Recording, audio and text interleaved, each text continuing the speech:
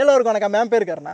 இப்போ நான் மலேசியாவில் இருக்கேங்க. மலேசியாவில் ஸ்லாங்கோர் அப்படிங்கிற ரொம்ப அழகான மாநிலத்தில் இருக்கேன். இங்கே எங்கே இருக்கேன் அப்படின்னா கோம்பேக் அப்படிங்கிற ஒரு இடத்துல இருக்குங்க. இன்றைக்கி நம்ம ஒரு சிவன் கோயிலை போய் பார்க்க போகிறோம். அது மட்டும் இல்லை, அங்கே ஒரு முனேஸ்வரர் கோயிலும் இருக்குது. ரொம்ப பழமையான ஒரு கோயில், ரொம்ப அமைதியாகவும் இருக்குது அப்படின்னு சொன்னாங்க. இந்த காணொலி முழுசுமே பாருங்கள், அந்த கோயில் எப்படி இருக்குது, அது என்னென்னலாம் இருக்குது எல்லாமே தெரிஞ்சுக்கலாம். வாங்க வீடியோக்குள்ளே போகலாம்.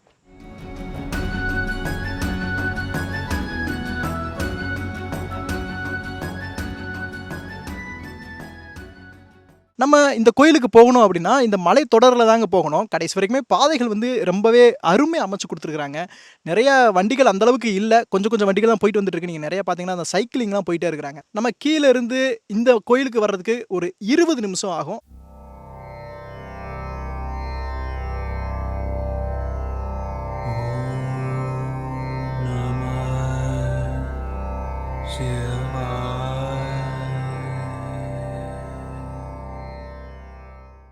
உள்ளே வந்துட்டோங்க.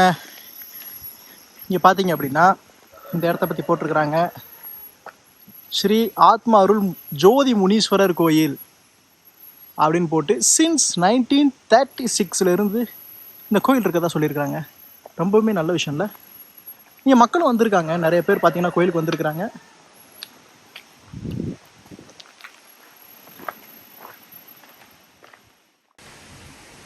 இந்த போகிற பாதை பார்த்தீங்க அப்படின்னா எப்படி இருக்குன்னு நீங்களே பாருங்க.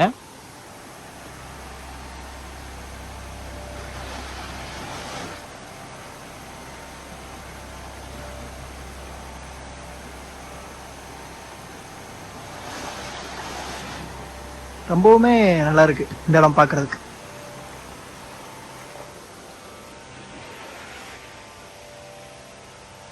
ஆஹா, முனீஸ்வரர் பாருங்க.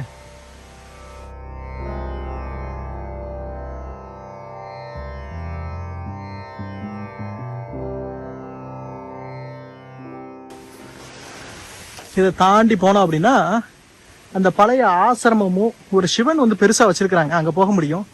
போற வழியே நிறைய கடைகள் வச்சிருக்கிறாங்க.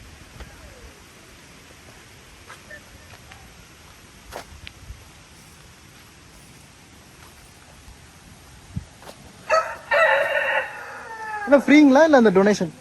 டொனேஷன்ஸ். பட் இங்க முக்கியமா எங்க ஸ்பெஷலே என்ன அப்படின்னாக்கா கோயில் சார்பு அந்த தொண்டு சர்வீஸ். ஓகே, எல்லாமே பூஜை பொருள் ஃப்ரீயா இலவசமா தான் நமக்கு. இந்த பூஜை எல்லாமே ஃப்ரீ தான் எல்லாமே. ஓ, எனக்கு கண்டிப்பா பூஜை பொருள்லாம் வாங்கிட்டு போய் பூஜை பண்ணுங்க.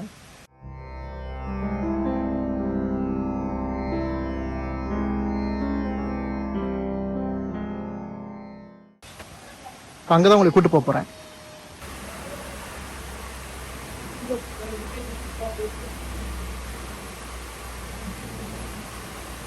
தண்ணி ரொம்ப ரொம்ப ரொம்ப சில்லுன்னு இருக்கு.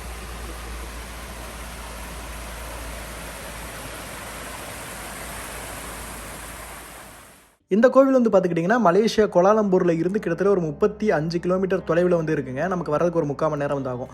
இந்த கோயிலை அதாவது இங்கே பார்த்தீங்கன்னா ஒரு ரொம்ப சின்ன ஒரு சிவலிங்கம் இருக்கும். இந்த சிவலிங்கம் 1000 வருஷமாக இருக்கிறதாக இங்கே நம்பப்படுதுங்க. இப்போ நம்ம பார்க்குற இந்த சிவன் சிலைகள், இங்கே ஒரு மிகப்பெரிய ஒரு சிவலிங்கம்லாம் இருக்குது. இது எல்லாமே தற்காலத்தில் தான் வைக்கப்பட்டிருக்கு.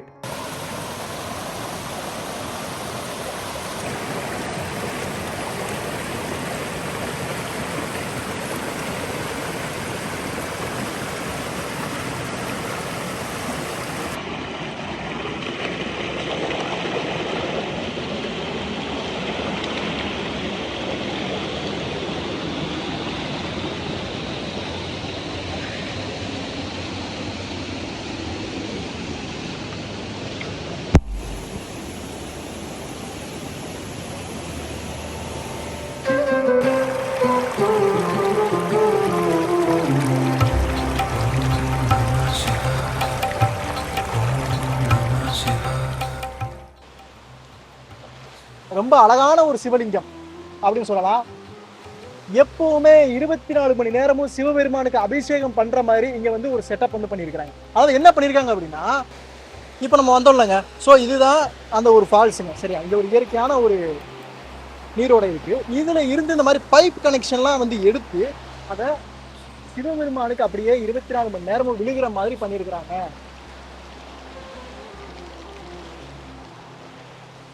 இது பார்த்தீங்கன்னா கூட தெரியும் அந்த பைப் கனெக்ஷன்லாம் அப்படியே இங்கே எதனா பண்ணியிருக்கிறது. இப்போ சம்டைம்ஸ் யாராவது மேலே ஏறி இந்த பூஜை பண்ணுற மாதிரி பண்ணியிருக்கிறாங்க.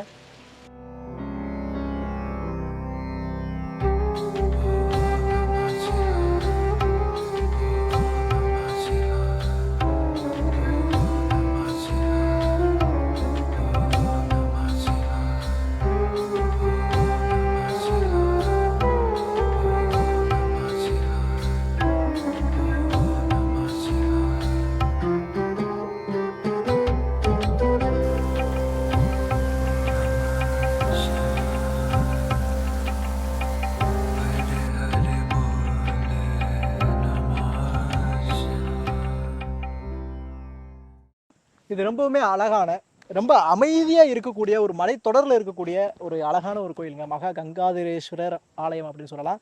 மலேசியாவில் இருக்க நிறைய பேருக்கு இந்த கோயில் வந்து தெரியாது. ஒருவேளை நீங்கள் மலேசியா வந்தீங்கனாலோ இல்லை நீங்கள் மலேசியாவில் இருக்கீங்க அப்படின்னாலோ கண்டிப்பாக இந்த இடத்துக்கு வாங்க. நான் கூகுள் மேப் டிஸ்கிரிப்ஷனில் வந்து கொடுக்குறேங்க. ரொம்பவுமே அருமையான ஒரு இடம் அப்படின்னு சொல்லலாம். இந்த வீடியோ நீங்கள் நிறைய பேருக்கு ஷேர் பண்ணுங்கள். ஏன்னா நீங்கள் ஷேர் பண்ணால் தான் இது நிறைய பேருக்கு தெரிய வருங்க.